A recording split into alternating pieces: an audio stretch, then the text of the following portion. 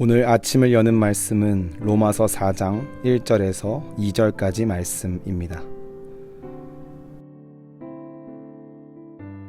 그런즉 육신으로 우리 조상인 아브라함이 무엇을 얻었다 하리요? 만일 아브라함이 행위로서 의롭다 하심을 받았으면 자랑할 것이 있으려니와 하나님 앞에서는 없느니라. 로마서 4장 말씀은 3장까지의 내용을 정리해서 작은 결론을 내는 부분입니다. 특히 3장까지의 내용을 뒷받침하는 증거로 구약 성경에 아브라함을 예로 들며 믿음이란 무엇인가에 대하여 소개하고 있습니다. 본문 말씀을 통해 올바른 믿음에 대해 알고 나아가 어떤 성도의 삶을 살아야 하는지 깨닫고자 합니다. 로마서 1장 말씀은 하나님 없이 살아가는 이방인들의 죄악된 상태를 고발했습니다. 이방인들의 실제적이고 구체적인 죄의 항목들을 열거하여 그들의 영적 상태를 지적하고 있습니다. 2장에서는 하나님을 믿는다고 하지만 이방인들과 똑같이 혹은 더 심각한 죄악에 빠져있는 정통 유대인들을 고발하고 있습니다. 그들은 하나님께서 은혜로 주신 것들을 은혜로 이해하지 못했고 자신들의 특권으로 삼고 누리는 모습을 보여줍니다. 그래서 3장 말씀에 이르러서는 그 어디에도 의인은 없다고 결론 짓습니다.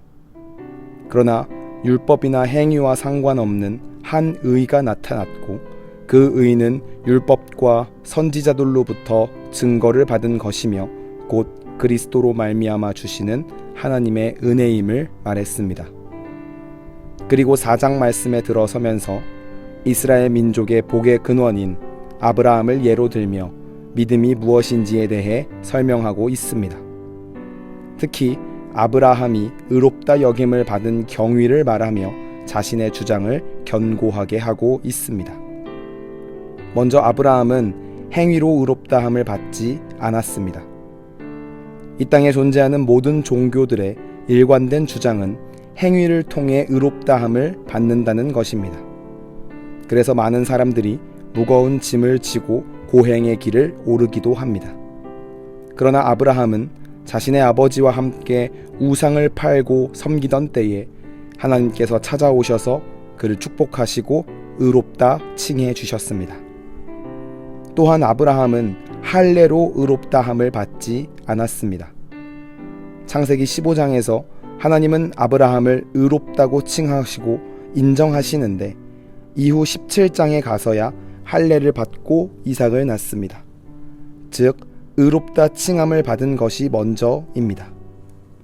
마지막으로 아브라함은 율법으로 의롭다함을 받지 않았습니다. 율법은 아브라함 시대 이후에 400년도 더 지난 후 모세를 통해 내려왔습니다. 율법으로 누군가 의로워질 수 있다고 한다면 율법 이전의 사람들은 누구도 구원받을 수 없을 것입니다. 즉 아브라함은 율법과 무관하게 하나님의 은혜로 믿음을 받아들이게 된 것입니다. 당시 유대인들은 율법과 할례를 포함하여 자신들의 행위로 구원을 받았다고 착각하고 있었습니다. 그것을 권력과 자랑 삼아 많은 사람들의 어깨를 짓누르며 특권을 누리고 있었습니다. 그러나 성경이 말씀하는 것은 누구도 행위로 구원을 받을 수 없고 오직 하나님의 전적인 은혜를 통해 의롭다함을 얻는다는 것입니다.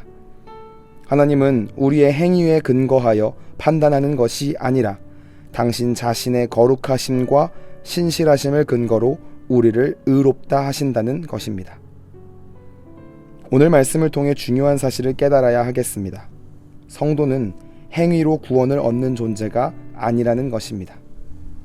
때로 우리는 우리의 열심을 통해 구원을 얻어낼 수 있다고 착각할 때가 있습니다.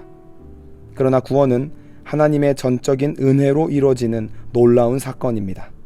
우리의 어떠함이 들어가서 작용할 조금의 여지도 없음을 기억해야 하겠습니다. 하나님이 당신의 호의로 왕의 식탁에 초대해 주셨고 그 왕의 식탁에서 함께 먹고 마시며 누리게 하신 것입니다.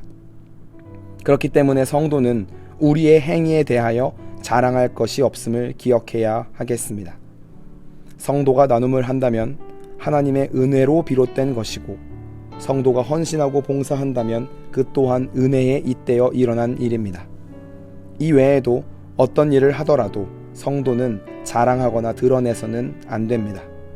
성도가 해야 할 일은 그저 모든 것을 주신 하나님의 은혜에 감사하며 감격하는 것입니다.